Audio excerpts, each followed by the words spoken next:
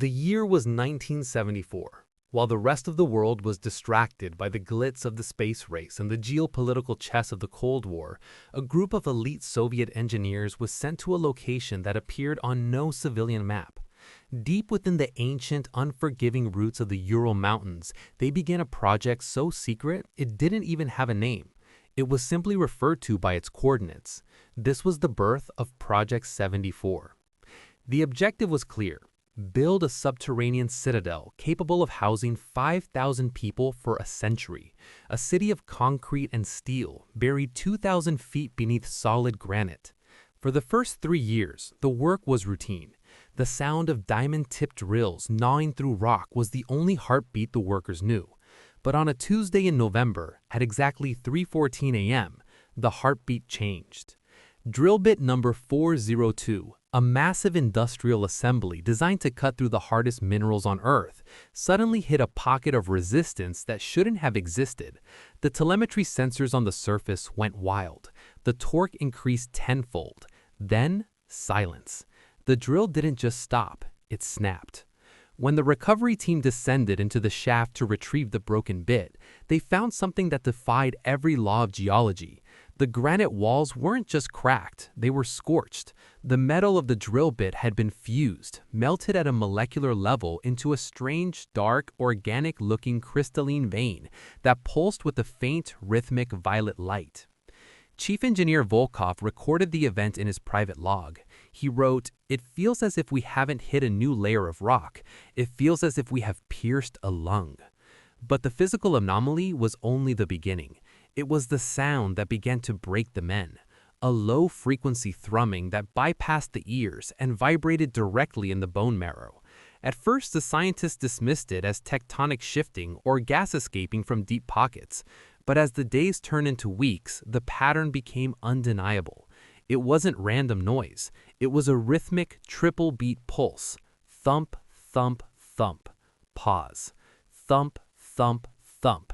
It matched no known machinery. It matched no known geological process. The workers began to report auditory hallucinations. Some claimed to hear their names being whispered through the ventilation ducts. Others swore that the tapping in the walls was a response to their own conversations. If a worker dropped a wrench, the mountain would mimic the sound 3 seconds later from the other side of the granite wall. The atmosphere in the barracks turned from professional to paranoid. Men refused to sleep alone. The lights were never turned off. The project leads were ordered from Moscow to ignore the psychological stress and push the excavation further. They were told they were building a shelter for the end of the world. They didn't realize they were drilling into a tomb that had been sealed for millions of years. The deeper they went, the louder the granite sang. By the time they reached level 9, the pulses were so strong they shattered glass. The sound in the granite had become a physical presence, a weight in the air that tasted like wet copper and ancient ozone. The engineers thought they were the masters of the underground. They thought they were the architects. But as the drill bit pierced the final layer of the inner crust, they realized the terrifying truth. The mountain wasn't empty, and it was no longer asleep. This was the first warning of Project 74, a warning that was buried, classified, and forgotten, until now. April 12, 1979. The city of Project 74 was 60% complete. It was a marvel of subterranean engineering, a sprawling labyrinth of curbed steel and reinforced concrete. But at 02 hours, a frantic transmission was sent from the Level 9 security outpost to the Surface Command. The contents of that message remain classified to this day, but the reaction it triggered was unprecedented. The sound in the granite hadn't just intensified, it had evolved. It was no longer a pulse, it was a chaotic, multi-layered frequency that shattered the electronic monitoring equipment. Panic, sharp and cold, rippled through the lower levels. At 03 a.m., the order was broadcast across all sectors. It was a 3-word command that no one had ever practiced. Evacuate code black. The official protocol for Project 74 allowed for a systematic 48-hour withdrawal in case of a structural collapse or gas leak. But the men on the ground didn't wait for 48 hours. They didn't even wait for 48 minutes. The evacuation of 4,000 personnel was completed in less than 6 hours. It wasn't a withdrawal, it was a stampede. Recovered documents from the 2025 archive leaks describe a scene of pure, unadulterated terror.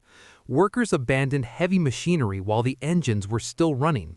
In the communal dining halls, half-eaten meals sat on the tables, steam still rising from the bowls, while the men who were eating them were already miles away, clawing their way toward the surface elevators. In Sector B, a group of 50 miners refused to wait for the industrial lifts. They began climbing the emergency maintenance ladders, a 2,000-foot vertical ascent in pitch darkness. When they reached the surface, their fingernails were gone, worn down to the bone from gripping the cold iron rungs. When asked why they didn't wait for the mechanical transport, one survivor could only mutter, "The elevators were coming up, but they were already full. And they weren't full of people." By sunrise, the mountain was a ghost town, but the most disturbing evidence of the evacuation wasn't what was taken, it was what was left behind. Personal journals, wedding rings, photos of families, all scattered across the floors of the barracks as if their owners had been stripped of their identities in an instant. The air filtration systems were left on maximum capacity, roaring like a wounded animal, trying to scrub a scent out of the air that witnesses described as burnt biological matter. Chief Engineer Volkov was the last to leave. His final log entry is written in a hand so shaky the Cyrillic characters are almost illegible. It reads, "We broke the seal. We thought we were entering a vacuum, but we were entering a pressure chamber. The air from level 9 is moving upward. It carries a vibration that doesn't hit the ears, it hits the mind. It's not just a sound anymore, it's an invitation. And some of my men, the ones who didn't make it to the lifts, they didn't want to leave. They were standing by the granite wall, pressing their faces against a stone, whispering back to it." At 9 a.m., the primary entrance was sealed with 10 feet of reinforced lead and high-density concrete. The geological surveyors were ordered to register the site as a failed tectonic experiment. The maps were redrawn. The names of the workers were moved to long-term Siberian reassignment lists. For 40 years, the world was told that Project 74 was a myth, a campfire story for bored intelligence officers. But as the concrete dried and the decades passed, the sensors left behind in the dark continued to record. They recorded a city that was supposed to be empty, a city with no power, no light, and no life. And yet, the motion sensors on level 9 never stopped triggering. The evacuation was successful. The humans were out, but the city was far from abandoned. The doors were locked from the outside, but nobody ever asked if the locks were strong enough to keep the mountain from breathing out. Investigative, dark, and suspenseful. Blueprints are more than just instructions for builders. They are a window into the state of mind of those who commission them.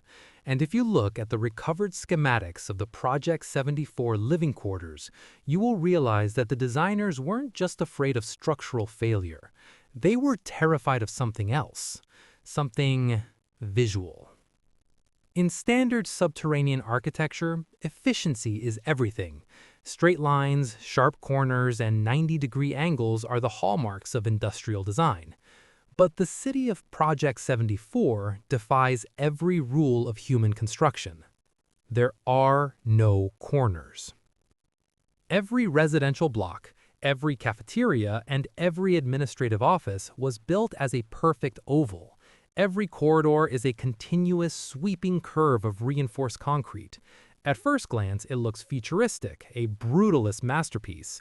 No istniana причина такого дизайна была скрыта в медицинских отчетах штатных психиатров проекта. Architectural historians now refer to this as the anti-shadow protocol. By 1977, the workers on the lower levels began reporting a shared phenomenon. the peripheral presence. They claim that in the sharp 90-degree corners of the tunnels, shadows would pool and thicken, even when the high-intensity floodlights were directed right at them. Men swore they saw figures standing in the corners, shadows that didn't belong to any object or person, shadows that moved independently of the light source.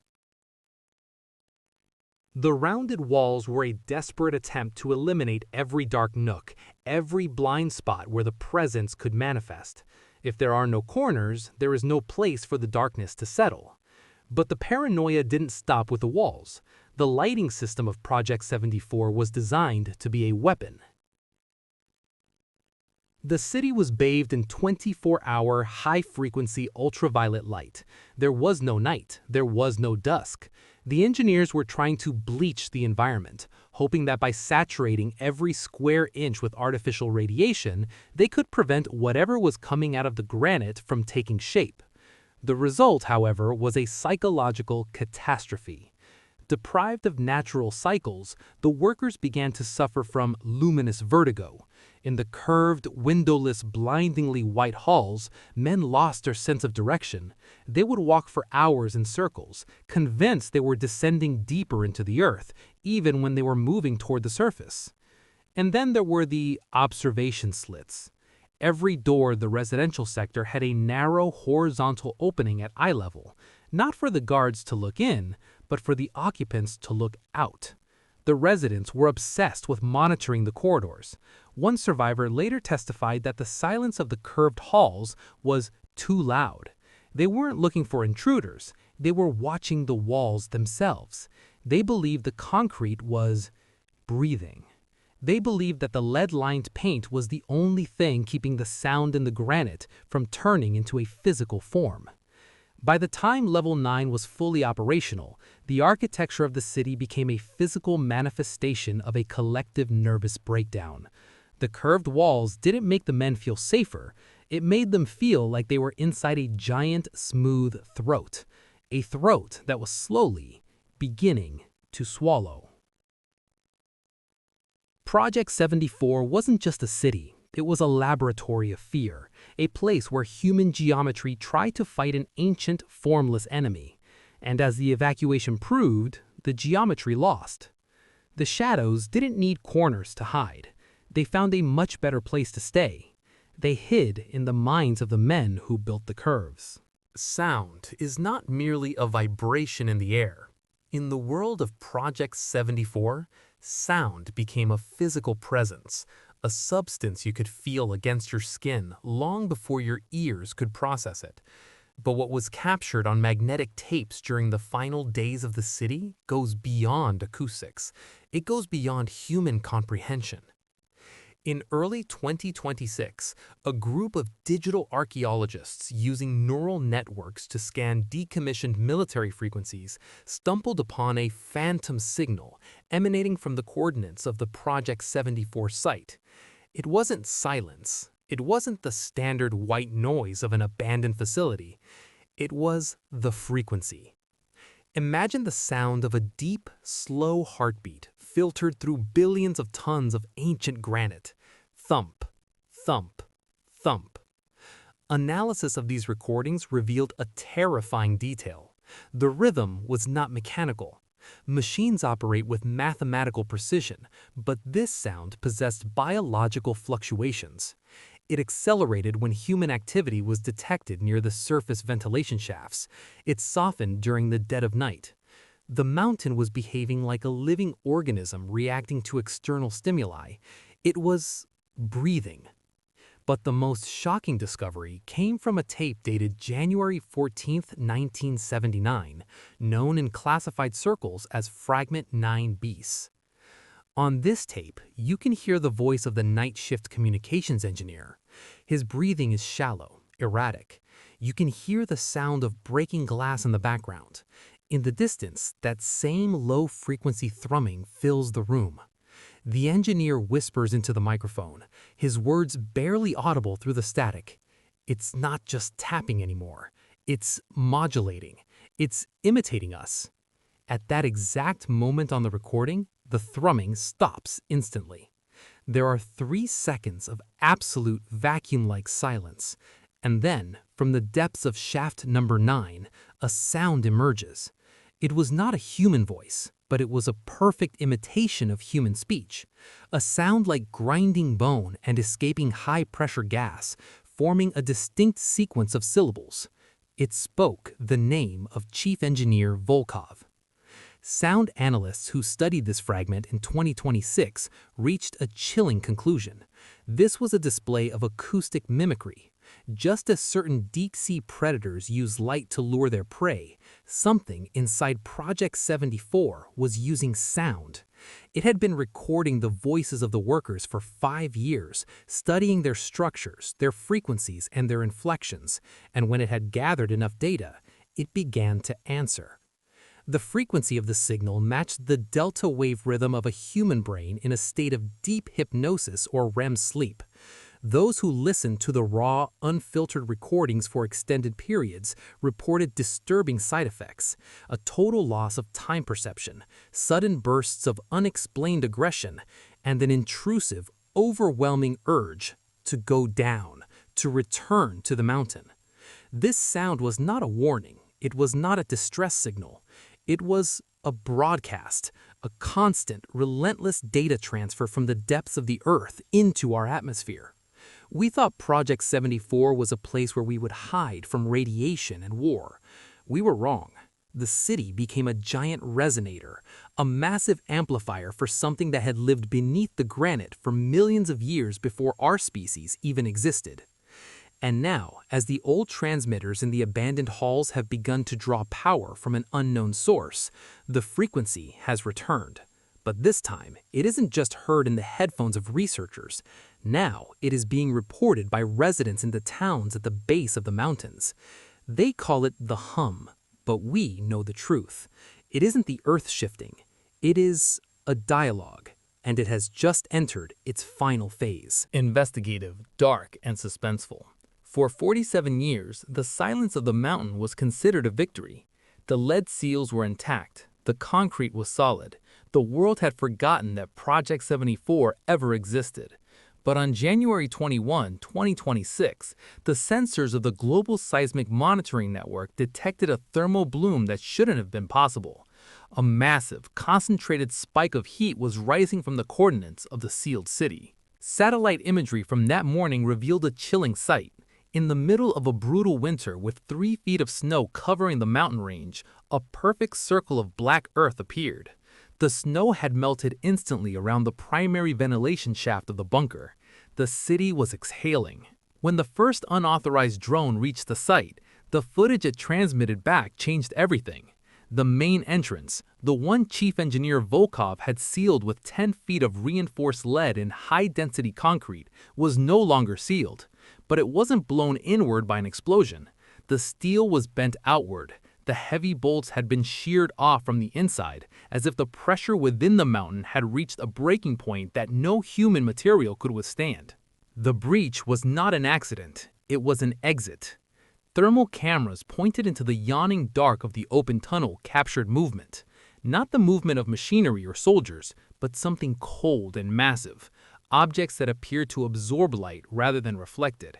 The air escaping the shaft was recorded at 140 degrees Fahrenheit, smelling of ancient ozone and something the analysts could only describe as wet copper. Within 48 hours of the breach, the curved corridors we discussed in the earlier chapters were no longer empty. The internal surveillance grid, dormant for decades, suddenly flickered to life. The footage is grainy, distorted by intense electromagnetic interference, but it shows the reality of what happened during those 40 years of silence. The walls are no longer white. They are covered in a dark, pulsating growth that mimics the neural pathways of a human brain. The architecture of Paranoia has been repurposed.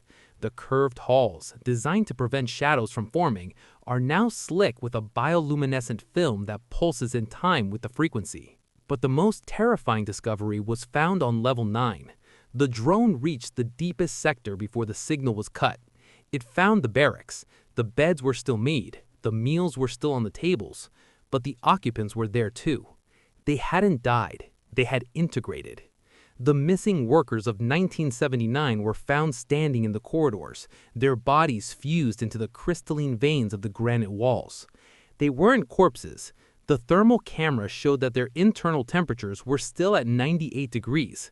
Their hearts were still beating, but at the same slow, agonizing rhythm of the mountain itself. One beat every 3 minutes. The breach of 2026 was the moment the incubation period ended. Whatever Project 74 was drilling for, whatever they accidentally awakened, has finished its transformation. It no longer needs to hide behind the granite. It no longer needs to communicate through static and whispers. As of this broadcast, the thermal circle on the mountain is expanding. The old cold wind is blowing stronger, carrying that rhythmic tapping sound into the valleys below. The seals are gone. The city is breathing. And the entities that were once human are beginning to move toward the light. The mountain has opened its mouth, and it is finally time for the world to hear what it has to say. Today, if you search for Project 74 on any official map, you will find nothing but a blank space. A vast, green expanse of forest that the government claims is a protected nature reserve. There are no roads leading to the mountain. There are no flight paths that cross its peak. On paper, the city doesn't exist, but the locals in the surrounding valleys know that maps are just a form of polite fiction.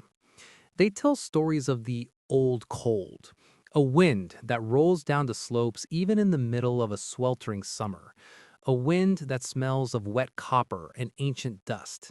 They tell stories of the lights, not the bright white lights of a city, but a faint rhythmic violet glow that pulses from the ventilation shafts deep in the woods.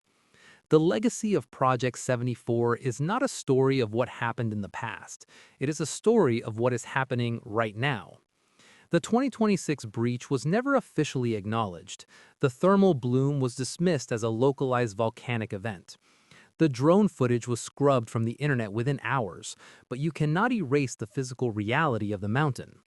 The lead doors are still open, the air is still moving, and the heartbeat of Level 9 has become the heartbeat of the region. Architectural forensics suggests that the curved walls of the city serve the final hidden purpose. They weren't just designed to eliminate shadows, they were designed to act as a megaphone. The entire mountain is a hollowed-out instrument, a massive stone speaker designed to broadcast the frequency across the tectonic plates. We're beginning to see the effects. In cities hundreds of miles away, sleep clinics are reporting a surge in shared nightmares. Thousands of people are dreaming of a windowless city with white, curved walls. They're dreaming of a voice that knows their names. They're dreaming of the granite. The government continues to build fences. They continue to install acoustic dampeners around the site. But how do you contain a sound that travels through the earth itself? How do you seal a legacy that has already crawled into the collective subconscious of a generation? Chief Engineer Volkov's final log entry recovered from a satellite backup contained a warning that we are only now beginning to understand. He didn't write about the monsters in the dark. He wrote about the change in the air. He wrote, "We thought we were the ones exploring the mountain. We were wrong. The mountain was exploring us. It used our tools to dig its way out. It used our voices to learn how to speak. It used our bodies to learn how to walk." The concrete is cracked. The lead is bent. The city that was never supposed to be is no longer a secret. It is an inevitability. Project 74 was never about survival. It was about incubation. As you listen to this, the thermal circle is still growing. The tapping in the walls of your own home might just be a vibration from the street, or it might be the resonance of Level 9 finding its way into your foundation. The mountain is open. The city is breathing. And the inheritance of Project 74 belongs to all of us now. The file is closed, but the frequency is just beginning.